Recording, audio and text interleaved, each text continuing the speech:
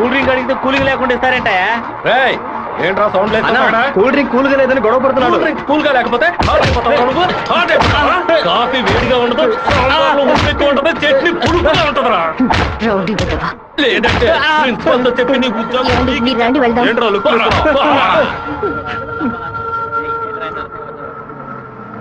Venkateswara college దిగండి. Hello Radhika, ఎలా ఉన్నావు? చూసి 2 రోజులైంది. ഞാൻ రాధికనే.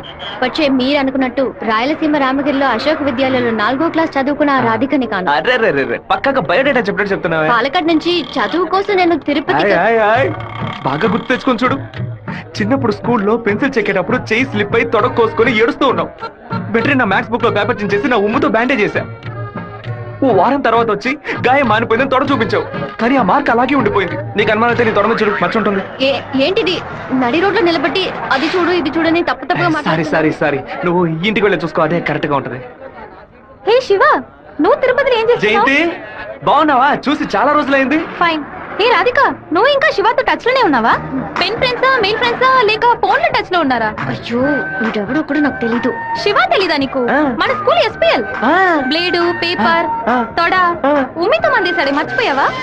ఇదే నేను ఎప్పటి నుంచో చెప్తున్నాను, కానీ తనేమో సొంత ఊరు పాలకాడు, నాన్న పేరు ఓమర్కుట్ట, అమ్మ పేరు ఓమర్కుట్టి అని మలయాళంలో ఏదేదో సంసారిస్తోంది. 10 రోజులు ఎన్ఎస్ఎస్ క్యాంప్ కి వెళ్ళొచ్చే లోపల నువ్వు మలయాళిగా మారిపోయావా? మంజు మలయాళి. మాకు బోర్ కొట్టినప్పుడల్లా మలయాళంలో మాట్లాడుకుంటాం. ఆపుతావా నీ బయోగ్రఫీ?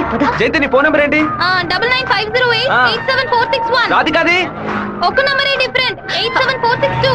నా నంబర్ ఎందుకు ఇచ్చావు?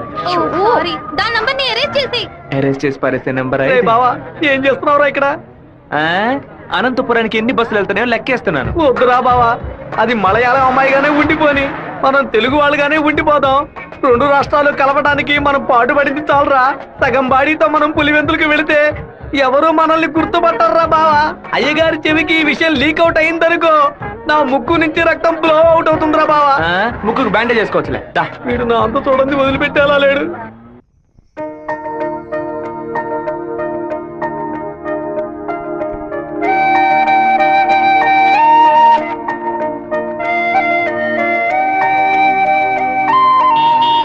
మావా, మా అందరికి బ్రాందీ కొనిపెట్టి నువ్వు మాత్రం బీరు తాగుతావేంట్రా? మీరంతా మత్తు కోసం తాగే తాగుబోతు, నేను డైట్ కోసం తాగుతున్నా. అవును, తాగుళ్ళో అదేంట్రా డైట్? చెప్ప. లావుగా ఉన్న వాళ్ళు బ్రెడ్ చపాతీలు తిని ఒళ్ళు తగ్గించడానికి డైట్ చేస్తారు కదా, అలాగే సన్నగా ఉన్న వాళ్ళు బియర్ తాగి పెంచే డైట్. మాట్లాడేటప్పుడు ఫోన్ గెలుగుతావేంట్రా? రాధికకి లవ్ మెసేజ్ పంపిస్తున్నాను. ఆ అమ్మాయిని చూసి 2 రోజులైంది, ఈ లోపేలవా? ఇది 10 ఏళ్ల క్రితం వచ్చిన puppy love, chicken love, calf love రా. కాఫీ లవ్వా అంటే? సత్తిగా, చిన్నతనంలో ఒక అమ్మాయి నచ్చిందంటే ఏదేదో అనిపిస్తుంది, కానీ ఏమీ చేయలేం. మనలో ఏదేదో మార్పు వస్తుంది, కానీ ఏది అర్థం కాదు.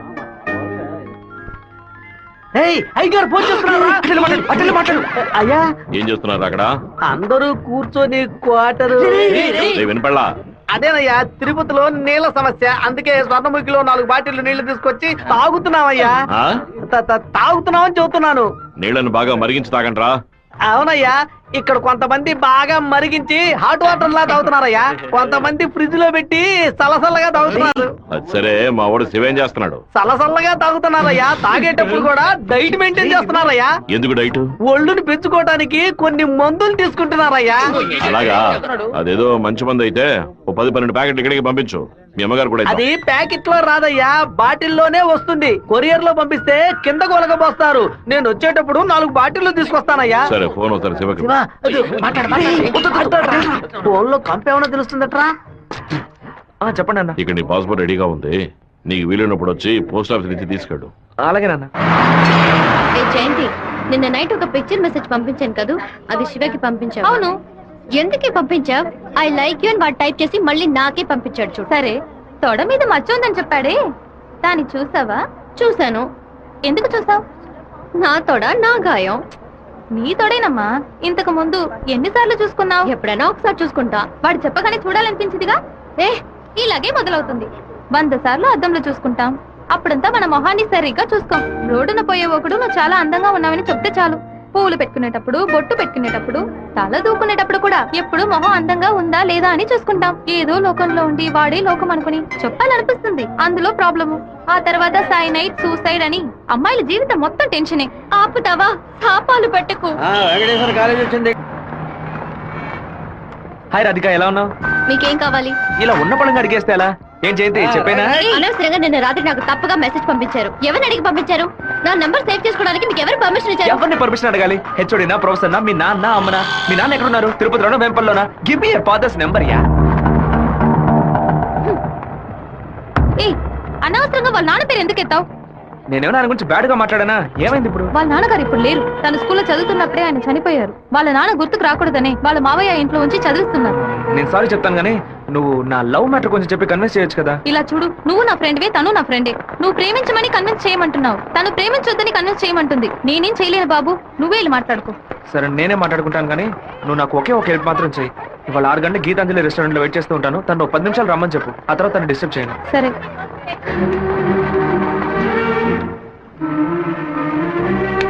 బావా, ఈ విషయాన్ని అయ్యగారికి చెప్పమంటావా చెప్పొద్దటావా? రేయ్, గుంట నక్క పనులు చేస్తే ఏదో చంపేస్తాను. ఒక కుటుంబంలో నాన్న హార్ష్ గా ఉంటే కొడుకు సాఫ్ట్ గా ఉంటాడు, కొడుకు హార్ష్ గా ఉంటే నాన్న సాఫ్ట్ గా ఉంటాడు. మీరిద్దరూ రఫ్ అంట. మీ ఇద్దరి మధ్య నేను ఇరుక్కొని తిరగల్లో గోధుమలాగా నలిగిపోతున్నాను. ఓ పంచే, 7 కొండలు ఎక్కు.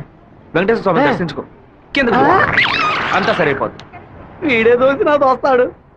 వాడు పిలవగానే ఎందుకే నేను రెస్టారెంట్కి వెళ్ళాలి? వాడు లవ్ చేయమని ఎలా నీ వెంటపడి తిరుగుతున్నాడు, అదే విధంగా లవ్ చెయ్యొద్దని నువ్వు కూడా కొంచెం తిరగాలి.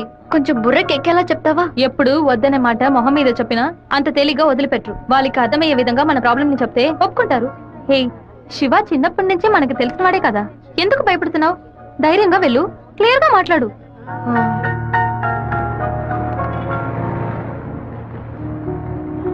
రండి సార్, రండి లోపలికి రా. లోపలికి వచ్చండి. ఎందుకు ఇలా టెన్షన్ అవుతున్నావు? కొంచెం నార్మల్ గా ఉండు. మీ నాన్న గురించి మాట్లాడేందుకు సారీ. ఎందుకు ఇక్కడికి రమ్మన్నారు? ఏం మాట్లాడాలి? 8వ క్లాస్ చదువుకునేటప్పుడే మనసులో చిన్న లవ్, కానీ ఎలా చెప్పాలో తెలియలేదు. ఎండి ఏదో మాట్లాడతాడు, మన ప్రాబ్లం మందే. సడన్ గా ఒకరోజు నువ్వు స్కూల్కి రాలేదు. నీ క్లాస్కి వెళ్ళి అడిగి చూస్తే అందరూ నువ్వు ఎక్కడికి వెళ్ళావో తెలియదు అన్నారు. 2 months పోయాక హాఫ్ ఇయర్లీ ఎగ్జామ్ టెన్షన్ లో నిజంగా నిన్ను మర్చిపోయాను. ఎప్పుడు నిన్ను బస్సులో చూసానో అప్పుడు పాతవన్నీ గుర్తుకొచ్చాయి. నేను ఏం మీరు చెప్పాలనుకుంటున్నా? అనుకునేది ఏది జరగదు. మా అమ్మ ఎంతో కష్టపడి నన్ను చదివిస్తోంది. నేను ఆవిడకి నిజాయితీగా ఉండాలి. ప్రేమ పేరుతో బైక్ లో తిరగటం, సినిమాలకు వెళ్ళడం, పార్కుల చుట్టూ, రెస్టారెంట్ల చుట్టూ తిరగడం నాకు అస్సలు నచ్చదు. నేను అలాంటి అమ్మాయిని కాను. నెక్స్ట్ వీక్ మీట్ అవుదాం, సరేనా? Okay okay. నేను చెప్పింది మీకు అర్థమైంది అనుకుంటాను. సెట్ పూరి. దయచేసి నా బాధను అర్థం చేసుకోండి. ఇంకా హలో, నీకేమైనా బుద్ధుందా? లోపల మనుషులుంటే ఎగేసుకొని తెరిచి పడి చూస్తున్నా. మామయ్య, అది నేను మామయ్య.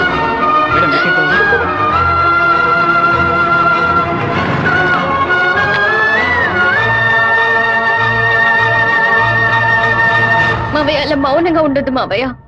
నాతో మాట్లాడు మావయ్య. నేనే తప్పు చేయలేదు మావయ్య. ఏ తప్పు చేయకుండానే వాడితో హోటల్ వరకు వెళ్ళావమ్మా? నన్ను నమ్ము అత్తయ్య. నాకు వాడికి ఎలాంటి పరిచయం లేదు. నువ్వు ఇక్కడ ఉన్నంత వరకు నీ ఇష్టం వచ్చినట్టు నడుచుకో, కానీ ఇక నుంచి నాతో మాత్రం మాట్లాడుకో.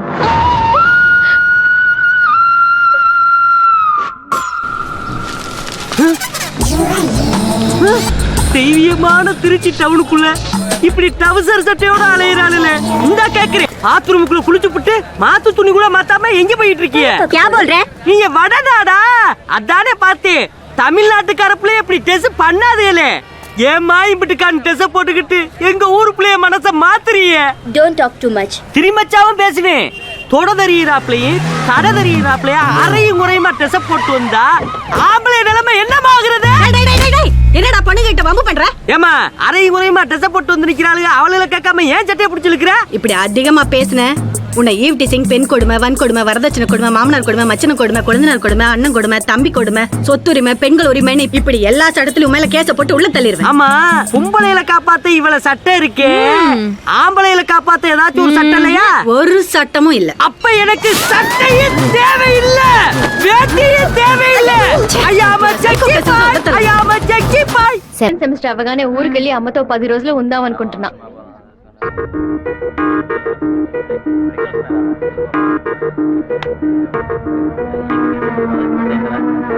నీకు అసలు కనికరమే లేదా? ఎందుకు నా వెంటపడి టార్చర్ పెడుతున్నావు? మావయ్య నన్ను అసలు ఎంత అసహ్యంగా చూశాడో. ఇన్ని రోజులు కన్న తల్లిలా చూసుకున్న నా అత్తయ్య నాతో మాట్లాడనుంది. ఇంకా నన్ను నేను నిన్ను బాధపడడానికి రాలేదు. ఇంకెప్పుడు నీ వెంట పడనని చెప్పడానికే వచ్చాను. ఆ రోజు 2 బస్సులో చూసి నువ్వు రాధికవేనా అని అడిగినప్పుడు నువ్వు సెవ్వే కదా, నువ్వు మామూలుగా అడుగుంటే నా పాటికి ఒక బాయ్ చెప్పి నేను వెళ్ళిపోయి ఉండేవాడిని. నువ్వు కాదు కాదు అంటూ నాకు అవును అన్నట్టు అనిపించింది. నువ్వు వద్దు వద్దు అంటుంటే నాకు కావాలనిపించింది. అందుకే కొంచెం ఓవర్గా బిహేవ్ చేశాను. బైక్లో తిరగడం, సినిమాలకు వెళ్ళడం, పార్కులు, రెస్టారెంట్కి వెళ్ళడం, ఇలాంటి లవ్ అంటే నాకు నచ్చదు. నిన్ను పెళ్లి చేసుకోవాలని ఆశ అంతే. ఇవాళ నుంచి సరిగ్గా 6 నెలల తర్వాత ఒకే ఒకసారి 2 నిమిషాలు నేను కలవడానికి వస్తాను. నువ్వు సరే అంటే నేను పెళ్లి చేసుకుంటాను, వద్దు అంటే నా తలరాత అంతే అనుకుని వెళ్ళిపోతాను. ఒక మగాడి కష్టం వస్తే అది తన వరకే ఉంటుంది, కానీ ఒక అమ్మాయి కష్టం వస్తే అది తన కుటుంబాన్ని బాధిస్తుందని నాకు అర్థమైంది. నాకు ఒక తోడబుట్టిన చెల్లెలు ఉంది. ఒక ఆడదాని కష్టం ఏంటో నాకు తెలుసు.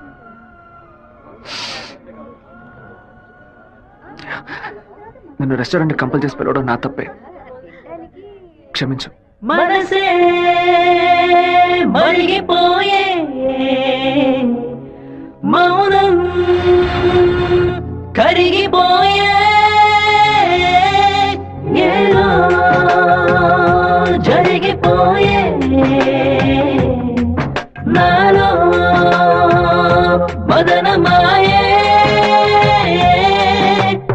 ఒకే ఒక అనుమతి కోసం వేచేను నా హృదయం, ఒకే ఒక హృదయం కోసం వేగెను నా మౌనం, ఒకే ఒక క్షణమే అయినా నీ కోసమే బ్రతికిన చాలు. నా గుండెలో నీవే ఉండి జీవించడే వరమే ఇవ్వు.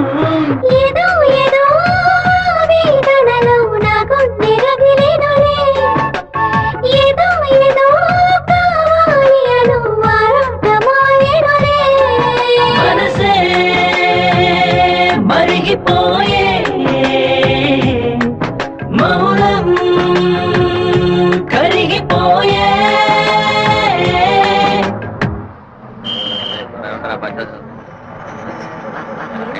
రాధిక, అమ్మా, మీ నాన్నగారు పోయి ఈ రోజుతో 10 ఏళ్లు పూర్తయ్యాయి. కానీ ఈ 10 ఏళ్ళు 10 నిమిషాల్లా గడిచిపోయాయి.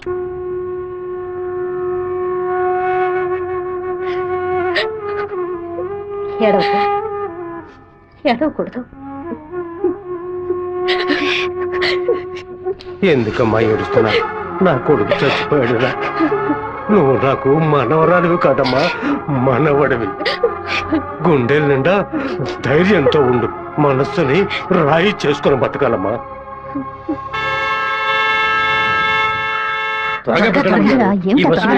మళ్ళీ 1 బస్కి వెళ్ళాలి. దాన్ని ఆడ పెద్ద సమస్యగా ఆయన నన్నే చూస్తున్నట్టుందమ్మా. పిరికి వెద్దవి కనుక నీకెవడు పిల్లని ఇవ్వడం లేదు, అర్థమైందా?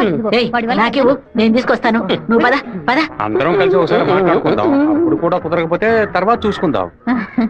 ఏ గంగా, ఏంటా నడక? పిల్లి నడుస్తుంది, కుక్క నడుస్తుంది, కొత్తగా నానాడ గురించి అడుగుతున్నారేంటి? సరే, వాడి సంగతి అలా ఉంచు. ఆ సుబ్బారావు కూడా చేపల పులుసు పట్టుకుని అటు ఇటు తిరుగుతున్నాడే, వాడి సంగతి ఏంటి అంట? చేపల పులుసా? అయ్యో, ఏవే, నువ్వు పెట్టే చేపల పులుసు వాసన నాకు తెలియదా?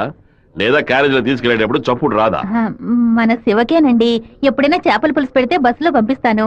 కొర్రమీను తలముక్కంటే వాడికి మహా ఇష్టం. నీకు అసలు బుర్రా బుద్ధి ఉందా అంట? ఆడు బాడికి దాన్ని అక్కడ పక్కన పెట్టి బస్సు తోడుకుంటూ ఉంటాడు. మన గిట్టనోడు ఎవడైనా ఆ పులుసులో ఏదైనా కలిపితే ఏం చేస్తావు? నాయనో, ఇందులో ఇన్ని మతలపులున్నాయా? భోంచేయి బావా, భోంచేయి. ఈ మండు టెండలో ఇంతసేపు వెయిట్ చేసి కష్టపడి భోజనం తీసుకొచ్చావు కదరా, నువ్వే ముందు తినాలి. ఎంత నువ్వు నన్ను కోపంలో చావు బాదిరా. భోజనం విషయంలో మాత్రం ఇంత బోళాగా ఉంటావు అనుకోలేదు. నీ ప్రేమకు అసలు ఎలలే లేకుండా పోయాయి. నీ ప్రేమకు నేను ఎప్పుడు బానిసగా ఉంటాను రా. ఏంట్రా సత్తిగా, భోజనం బాగా రుచిగా ఉందా? అమ్మగారు చేతి వంట కదా, అదిరిపోతుంది మరి. నీకు మైకం వచ్చేలాగేమి లేదు బావా? ఈ కళ్ళు తిరగడాలు అలాంటిది ఏమైనా? ఎందుకు అలా అడుగుతున్నావు? ఏం లేదు, చాలా దూరం నుంచి భోజనం వస్తుంది కదా, మన శత్రువులు ఎవరైనా విషం గిషం కలుపుకుంటే అయిపోతాను కదా, అందుకే ముందు నీ మీద టెస్టింగ్ చేశా. అరే దుర్మార్గుడా, నువ్వు పెట్టిన భోజనంలో ప్రేమ ఉంటుంది అనుకున్నాను, ఇలా పాయిజన్ ఉంటుంది అనుకోలేదు. 100 మైళ్ళు దాటుకొని భోజనం వస్తుంది, మీరు ఇంకేం బాగుపడతారా? ఒక తల పీసో లెగ్ పీసో తింటావా? పులి కాకలేసిన పిజ్జా తిందో. అయితే పెప్సీ తాగుతుందా?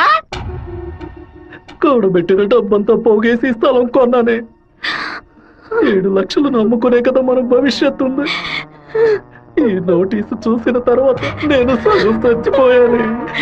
ఏమిటండి ఇలా మాట్లాడుతున్నారు? అయిపోయింది, ఇంకా మన పిల్లల భవిష్యత్తు అయిపోయింది. ఏంటి క్లాస్ రాకుండా ఇక్కడ కూర్చున్నావు? ఇంట్లో ఒకే ప్రాబ్లం. కొన్ని రోజుల క్రితం మా మావయ్య ఎయిర్పోర్ట్ దగ్గర 2 గ్రౌండ్ల స్థలం కొన్నారు.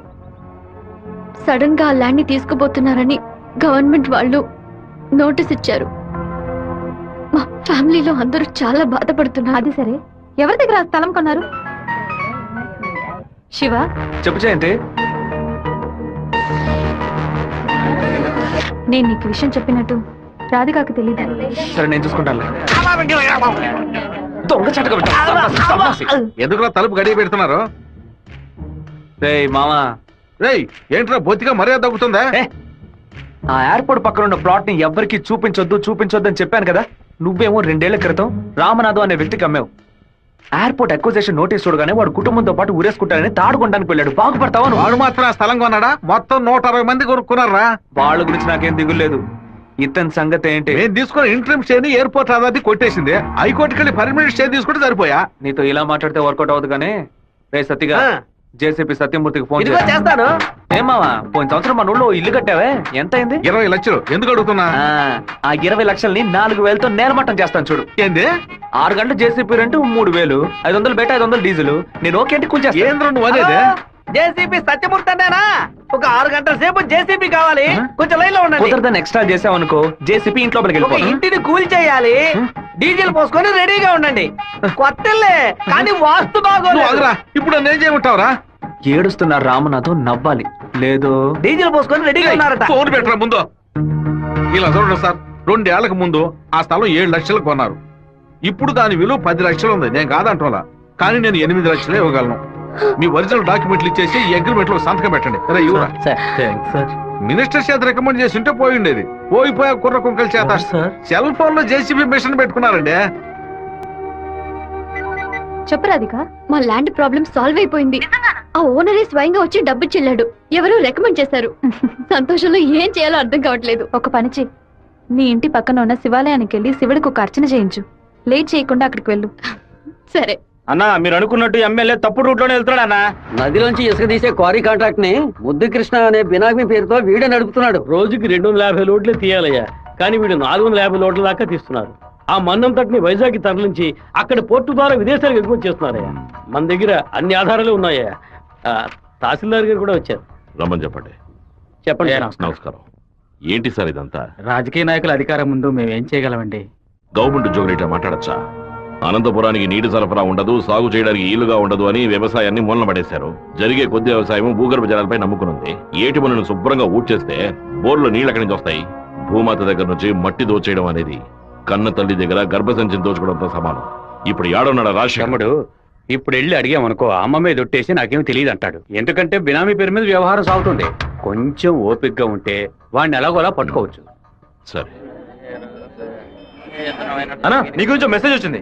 ఏమనొచ్చిందిరా? పీ ఫర్ పొరమోకు, ఈ ఫర్ ఎద్దు, టీ ఫర్ తీపు, E for enemy, R for rowdy. ఎవరు పంపింది? సెకండరీ అశోక్ అన్న. అశోక్ ఎక్కడ వాడు? ఇక్కడే ఉన్నాడా? నువ్వేనా అశోక్ అంటే? ఏమన్నా మెసేజ్ పంపా? వసంత్ ఎవరు వసంత్ అంటే? ఎవరు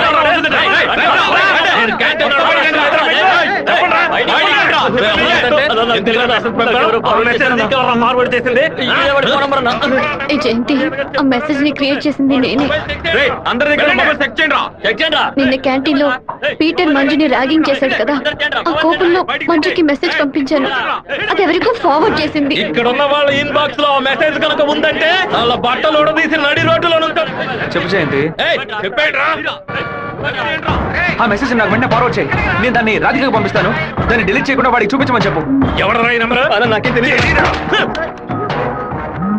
ఎవడరా నీకు పంపింది? శివ. శివ పంపించాడు. డిలీట్ చేయొద్దు. ఎవడు శివ? మెసేజ్ పంపించిందన్నా. ఉమా ఎవరా? ఉమా రేయ్, దీని మొబైల్ చెక్ చేయరా. పంపించింది మంజు అన్న. ఎవరు పంపారా నీకు? రాధిక. అసలు మెసేజ్ నీకు ఎవరు పంపారా? ఫార్వర్డ్ మెసేజ్ ఎవరో నాకు తెలీదు. 9842465567 ఎవరి నెంబర్ ఇది? నాకు తెలీదు. ఎవరి నెంబర్ ఇది? బాస్, నేనే బాస్. నేనే ఆ మెసేజ్ క్రియేట్ చేశాను. రేయ్, మీరందరూ వెళ్ళండి. క్లాసులకు వెళ్ళండి. ఉండు రావే. రా, నువ్వు వెళ్ళు.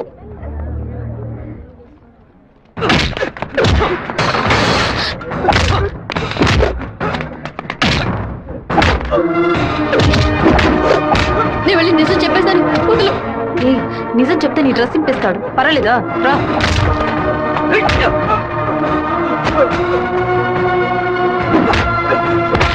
పీటర్ ఆగు ఆగు పీటర్ నా మాట విను. ఈ పని ఇలా జరగదు. అసలు ఇదెవడో తెలుసా నీకు? నువ్వేం మాట్లాడుకో, నాదే తప్పు. ఇవన్నీ జరగదని చెప్తున్నాను కదా. తీసుకుపోరా ముందు ఇంటికి తీసుకో. రారా శివ రా.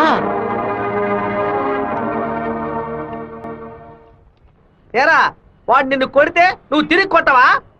ఏమయ్యా బావా, నువ్వు చూస్తూ ఊరుకున్నావా? ఈ ఊళ్ళో ఈ బ్రతుకు బతికే బదులు మన ఊరికి వచ్చి బర్రె కొట్టల దగ్గర పేడెత్తుకొని బతకొచ్చు కదయ్యా. మీరా రేయ్ నన్నేం చేయమంటావరా? ఇది ఎందుకు మెసేజ్ ఇచ్చాడు? ఇస్తాడయ్యా ఇస్తాడు, దాన్ని నువ్వు మేనేజ్ చేయాలి. అట్లా చేయకుండా వదిలేరా. రే పంది, నువ్వు చూస్తూ ఊరుకున్నావా? ఊరుకోరా. లేదంటారా నీకు? ఊరుకోరా. పీకానంటే వదిలేయమంటే వదిలేస్తాను అనుకున్నావా? ఏం చేయాలో నాకు తెలుసురా. అయ్యగారికి ఇప్పుడే ఫోన్ చేసి చెప్తాను. ఫోన్ లాక్కుంటే పీసీ పోలేదు అనుకున్నావా? టెలిగ్రామ్ చేస్తాను, పౌరంతో సందేశం పంపిస్తాను. విషయం బయటికి తెలిస్తే అమ్మాయికి ఏమవుతుందని భయపడి నేను మూసుకొని వచ్చాను. నువ్వేమో దగ్గరెచ్చిపోతున్నావు. చంపేస్తాను. చంపరా చంపే. నేను ఈ తిరుపతి వదిలి వెళ్లేలోపు వాడు గొంతు పిసికి చంపకపోతే నా పేరు సత్యబాబే కాదు, ఇదే నా శపథం. ఏంటి సార్ ఇది? ఆ పంతులు స్ట్రైట్ గా కమిషనర్ కే కంప్లైంట్ ఇచ్చాడు. ఏ పెడతాను సార్ వాడిని? నా మాట విని నువ్వు లొంగిపో. అప్పుడే ఈ టేబుల్ మీద ఉన్న నీ కేసు ఫైలు ఆ షెల్ఫ్ కి వెళుతుంది. వారంలో నువ్వు బెయిల్ మీద బయటికి రావచ్చు, లేకపోతే కమిషనర్ నీకు స్పాట్ పెడతాడు. సరే బొక్కలతో మనసు చాలా బాధగా ఉంది జయంతి. నేను నిద్రపోయే వారం రోజులైంది. నేను చేసిన తప్పుకి శివ దెబ్బలు తిన్నాడని తలుచుకుంటేనే బాధగా ఉంది. సారీ సారీ 4 సార్లు మెసేజ్ పంపించాను, వాడు రిప్లై కూడా చేయలేదు. వెంటనే పర్సనల్ గా కలిసి సారీ చెప్పాలనుంది. సరే, సారీ చెప్పేటప్పుడు ఒక థ్యాంక్స్ కూడా చెప్పేయి. థ్యాంక్సా? ఆ రోజు మీ ఇంట్లో ల్యాండ్ ప్రాబ్లం కి ఎవరో రికమెండ్ చేశారని చెప్పావే, అతను వేరే ఎవరో కాదు, శివాని. తన ముందుండి వాళ్ళ ఓనర్ తో మాట్లాడి డబ్బులు ఇచ్చేలా ఏర్పాటు చేశాడు.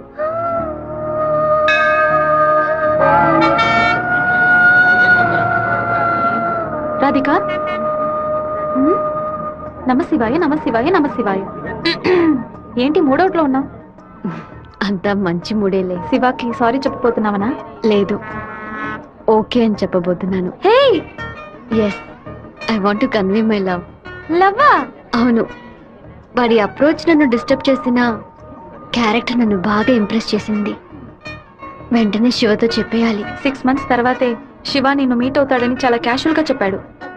ఒకరోజు క్యాలెండర్ తీసి చూశాను, April 1st, fools day. Shiva ఎక్కడ మోసపోతాడని అనుకున్నాను. నువ్వు ఇంత త్వరగా మనసు మార్చుకుంటావని అనుకోలేదు. శివ, పీటర్ ఈ రోజు జైలు నుంచి వస్తున్నాడట. నువ్వు ఇక్కడ నుండి వెళ్ళిపో. మీరంతా పిరికి పండాలరా. వాడు నా దగ్గరికి రాడరా, ఆ ప్రొఫెసర్ దగ్గరికి వెళ్తాడు. ఆయన ఎందుకు అనవసరంగా వాడి మీద కంప్లైంట్ ఇచ్చాడు? ఒక్కడన్నా మగాడు అనిపించుకున్నాడే. కాలేజీలోకి ఏం జరుగుతుందో చూడు. సరే. రే, నువ్వు నిజంగానే మూడోట్లో ఉన్నావా, లేకపోతే మూడోట్లో ఉన్నట్టు నటిస్తున్నావా?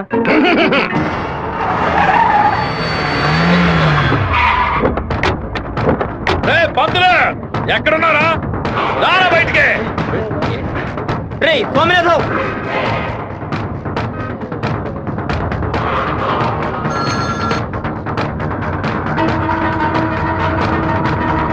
అన్నా అన్నా. రే స్వామినాథం, నా మీద కంప్లైంట్ ఇస్తే నేను ఊరొద్దులు వెళ్ళిపోతాను అనుకున్నావా? ఈ కాలేజ్ ప్రిన్సిపల్ ఏనన్నా అడగడు. తెలుగు పంతులు నువ్వు నా మీద కంప్లైంట్ ఇస్తావా? నువ్వు బతిమాలాడితే నేను వదిలేస్తాను అనుకున్నావా? నువ్వు పెద్ద స్పైవా? బ్రోకర్ పని చేస్తున్నావా? అంటే నువ్వు బ్రోకర్వా? ఏది చెప్పు. నేను ఒక బ్రోకర్ని. వద్దు పేట, వదిలే. వీడి వల్ల నేను 7 ఊసలు లెక్కెట్టాను సార్. మీరు వెళ్ళండి సార్. ఏది నువ్వు చెప్పు. నేను ఒక బ్రోకర్ని చెప్పు కదా. అయితే ఓ పని చేయి, అందరూ చూస్తుండగా ఆ బోర్డు మీద నేను ఒక బ్రోకర్ని అని రాసిరా. క్షమాపణ వేడుకుంటాను. రాయొద్దండి. పెట్టుకుంటావా? ఎందుకురా మొత్తం పోయిందే.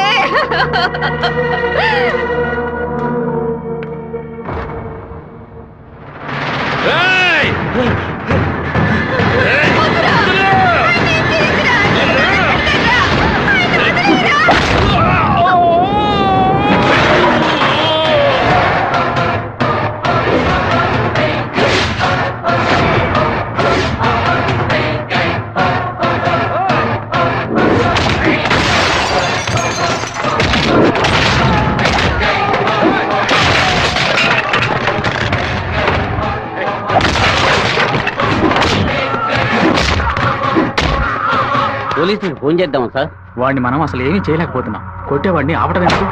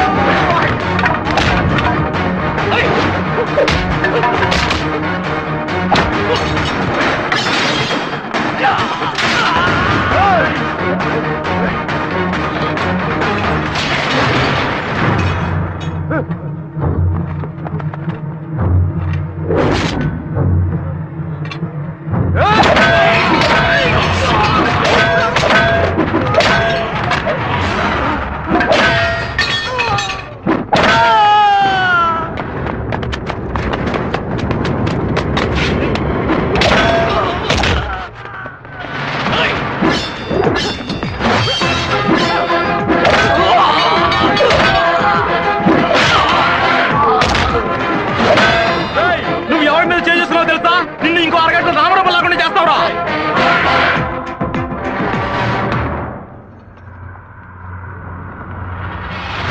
బాబు నువ్వు అక్కడి నుంచి వెళ్ళిపో. వాళ్ళు వచ్చారంటే నేను వదిలిపెట్టరు.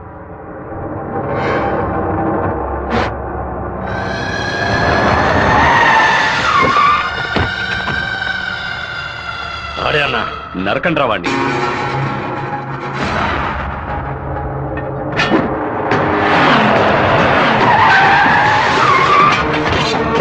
వీరభద్రం అన్న రే రే ఆగరా.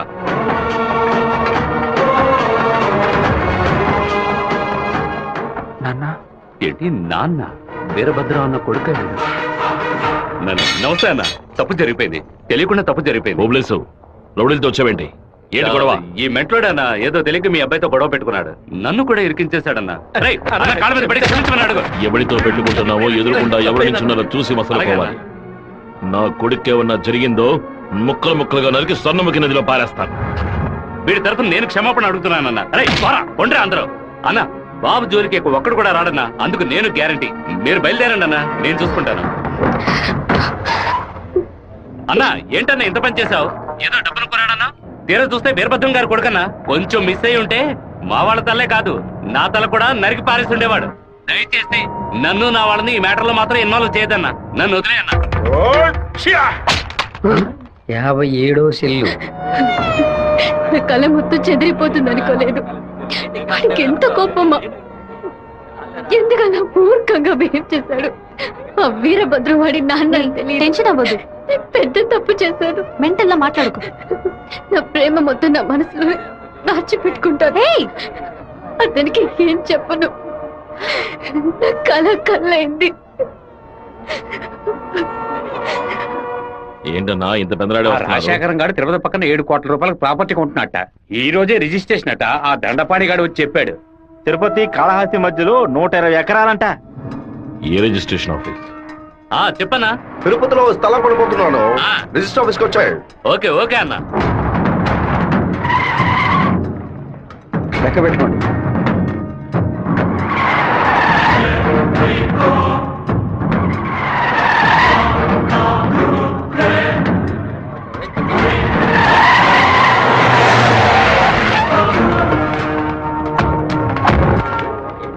అలా ఇక్కడికి వచ్చారా? ఇక్కడేం చేస్తా ఉంటావు? ఓ స్థల రిజిస్ట్రేషన్ పని మీద వచ్చాను. ఆహా.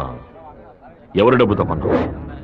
ఊరి ప్రజలకు మంచి చేస్తావని నేను ఎమ్మెల్యేని చేస్తే ఏటి మనని దోపిడీ చేసి ఆస్తి సంపాదించుకుంటున్నావా? ఏంటన్నా దోపిడీ గిఫ్ట్ అని మాట్లాడతారు?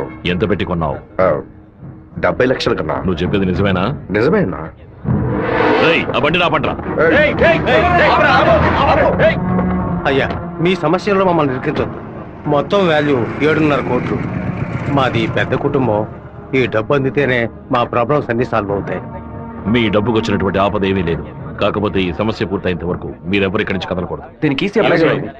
ఎక్కడి నుంచి వచ్చాయి నీకు 7,30,00,000 రూపాయలు? కలపగొట్టు నుంచి వచ్చిందా, ఎరువు కొట్టు నుంచి వచ్చిందా? లేదన్నా, భార్య నగలమ్మేను. వ్యవసాయంలో కొంచెం డబ్బు వచ్చింది. ఓహో, నీ పెళ్ళం 40 కిలోల బంగారం తీసుకొచ్చిందా? ఏంటన్నా కొంచెం మర్యాద ఇస్తే ఓవర్గా మాట్లాడుతున్నావు. అనంతపురానికి నేను ఎమ్మెల్యేనా మీరే ఎమ్మెల్యేవా? అన్నిటికీ సంజాయిషులు చెప్పాలా? అందరూ ఇంటి నుంచి డబ్బులు తీసుకొచ్చే పార్టీ పడుతున్నారా?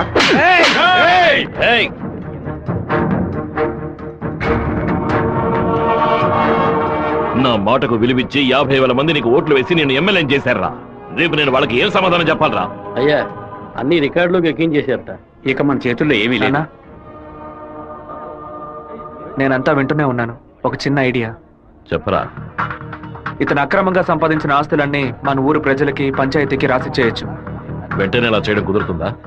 చేయొచ్చు నాన్న. దానికి స్టాంప్ డ్యూటీ తక్కువే. 10 నిమిషాల్లో డాక్యుమెంట్ రెడీ చేస్తాను. సరే చెయ్యి. అన్నా, 100 రూపాయల స్టాంప్ పేపర్ తీసుకొని నేను చెప్పేది కొట్టండి. అనంతపురం జిల్లా పులివెందుల గ్రామం వెంకయ్య వీధికి చెందిన శుంకర సుందరమూర్తి గారి పెద్ద అబ్బాయి రాజశేఖరం అనబడే నేను మనస్ఫూర్తిగా రాసిచ్చినది ఏమనగా, తిరుపతి పక్కనున్న సర్వే నంబర్ 141, 142, 143 కిందకు వచ్చి 120 ఎకరాల భూమిని అనంతపురం జిల్లా వాసులకి హృదయపూర్వకంగా రాసిస్తున్నాను. రెడీ నాన్న? లోపలికి వెళ్ళి సంతకం పెట్టు, లేదా గవర్నమెంట్ జీబ్ లో పోయి చువ్వలు లెక్క పెట్టాలి. వెళ్ళు.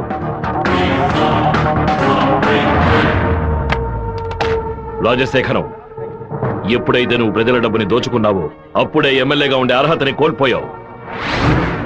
ఇంకో 15 రోజుల్లో నువ్వు నీ పదవికి రాజీనామా చెయ్యాలి. అనంతపురంలో బై ఎలక్షన్స్ రావాలి. ఇలా చూడు, నువ్వు రాజీనామా చేసినా బై ఎలక్షన్స్ వస్తాయి, నువ్వు చచ్చిపోయినా వస్తాయి. వెళ్ళు.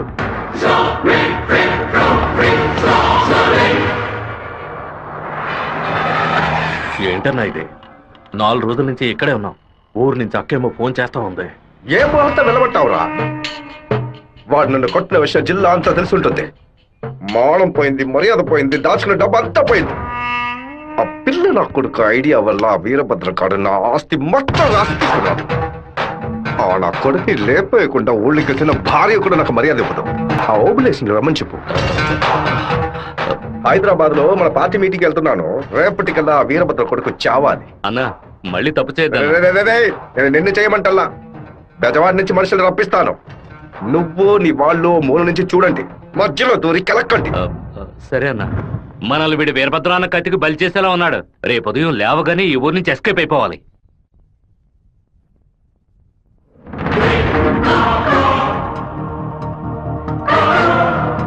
అన్నా, ఆ ఓపులెస్ గడు తిరుపతి రిజిస్ట్రేషన్ ఆఫీస్కి వచ్చాడు. నన్ను చూడగానే తప్పుకున్నాడు. వాడికి మా అబ్బాయికి ఏదో గొడవ అయ్యింది. రాజశేఖరం రిజిస్ట్రేషన్ కి వాడెందుకు రావాలి? ఏదో తేడాగా ఉంది. అయ్యా చెప్పండి అయ్యా. మన శివకి ఆ పీటర్ గాడికి ఏంటి గొడవ? అయ్యా అది దాచిపెట్టకుండా నిజమేంటో చెప్పు.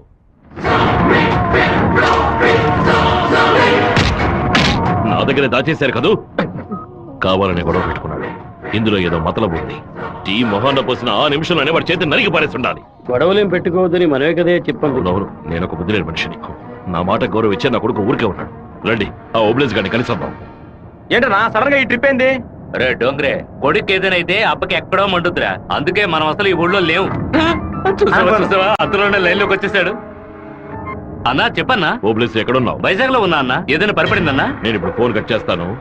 నువ్వు అక్కడ ఉన్న ల్యాండ్ లైన్ నుంచి నాకు ఫోన్ చెయ్యి. ఎందుకన్నా? నువ్వు వైజాగ్ లోనే ఉన్నావా లేదా అని తెలియద్దు. ఇప్పుడే అన్న రేణు కూడా దాటి పెడుతున్నాను. ఎందుకు అబద్ధం చెప్పావు? దొరికిపోయావు. నాకు దీనికి ఏ సంబంధం లేదన్నా. ఆ రాజశేఖరమే బెదవాడి నుంచి బందర్ నుంచి మనుషులు రప్పించి బాబు నిజాలని చూస్తున్నాడు. ఏమన్నావురా? ఈ విషయం మీకు తెలీదా? నా కొడుకు ఒంటి మీద చిన్న గీత పడినా సరే తిరుపతిలో ఉన్న రౌడీలందరినీ ముక్కలు ముక్కలుగా నరికి పారేస్తానా? రారా తిరుపతికి.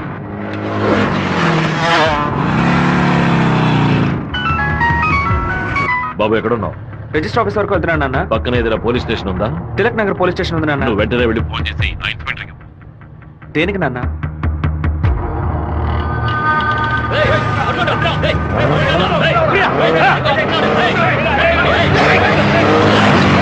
మాధవరావు ఎక్కడున్నావు? విషయం ఏంది బావా?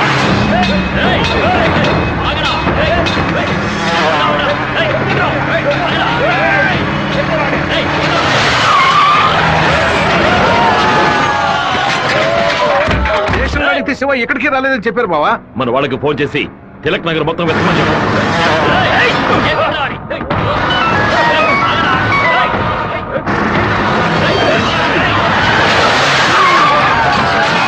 చెప్పండి అన్న. తిరుపతిలో మీ వాళ్ళకి ఫోన్ చేసి అన్ని చోట్ల వెతకమని చెప్పు. పీటర్,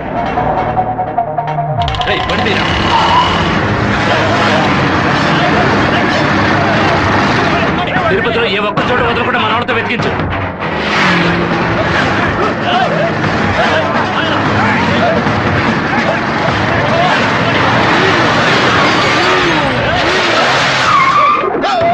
వాడికి ఏదైనా అయితే మనల్ని చెప్తారు. నేను ఆ కొండపైకి వెళ్ళి చూస్తాను. మీకు ఏదైనా తెలిస్తే నాకు ఫోన్ చేయండి. అలాగేనా?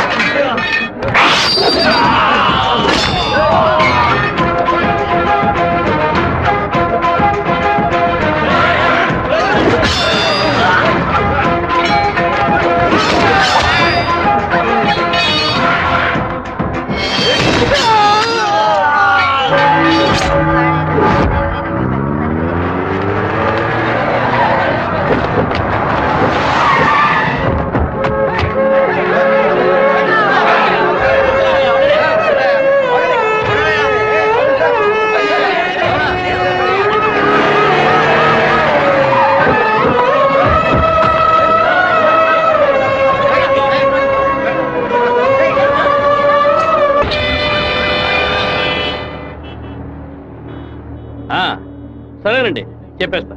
తమ్ముడు, మన అబ్బాయి నరికేసే కదా వచ్చాడు, ఓటం పాలయ్యి రాలేదు కదా.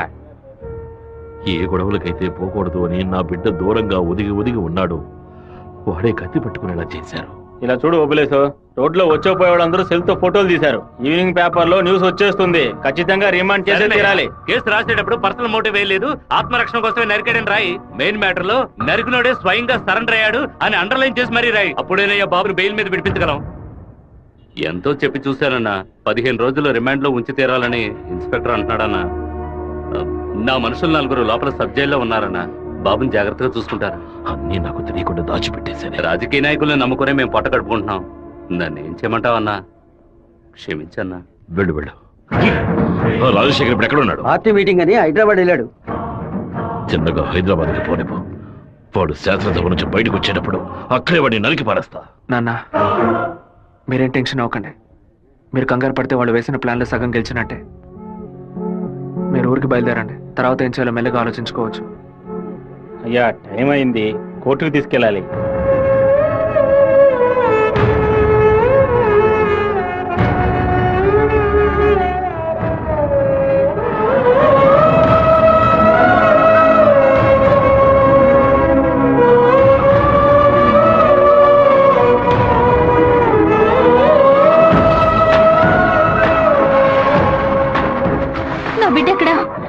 నా బిడ్డ రాలేదా? వాడిని జైల్లో పడేస్తారా? ఇందుకెలా వాడిని ఊరికి పంపించింది? భగవంతుడా, నా కడుపు మండిపోతుంది. నా ఒక్కరోజు కూడా వాడిని చూడకుండా ఉండలేదే. ఎప్పుడైతే నా కొడుకు నేను లేపడానికి వాడు ప్లాన్ వేశాడో ఇంకా వాడు బతకడానికి వీల్లేదు. హైదరాబాద్ వెళ్ళి వాడి పొట్ట కోసేసి ఆ పేగులు మెడ వేసుకొచ్చానా? వాడు ఊరితో గొడవ పడలేదు, నాతో గొడవ పడ్డాడు. వాడిని నేనే నరికి చంపాలి. ఏ రోజైతే వాడు ఈ ఊళ్ళో అడుగు పెడతాడో ఆ మరుక్షణమే వాడి తల తెగి. అన్నా, ఈరపత్రం కొడుకులు లేపేయడానికి మనమే మనుషులు పంపామని అతనికి తెలిసిపోయింది. ఇప్పుడు ఊరికి వెళ్తే మనది ఊరికి వదలడు. అవునన్నా. ఇక్కడ మంత్రి వరదరాజుల ప్రాబ్లం పెద్దదిగా ఉంది. సరే, ముందు నువ్వు హోటల్ రూమ్ ని ఖాళీ చేసి అలాగే ఎమ్మెల్యే హాస్పిటల్. అలాగే. అలాగేనా?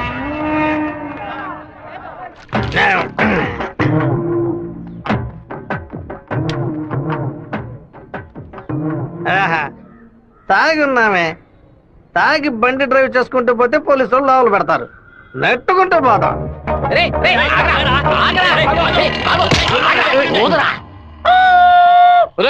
సరిగ్గా ఊదరా. ఇదిగో ఊదుతున్నానయ్యా.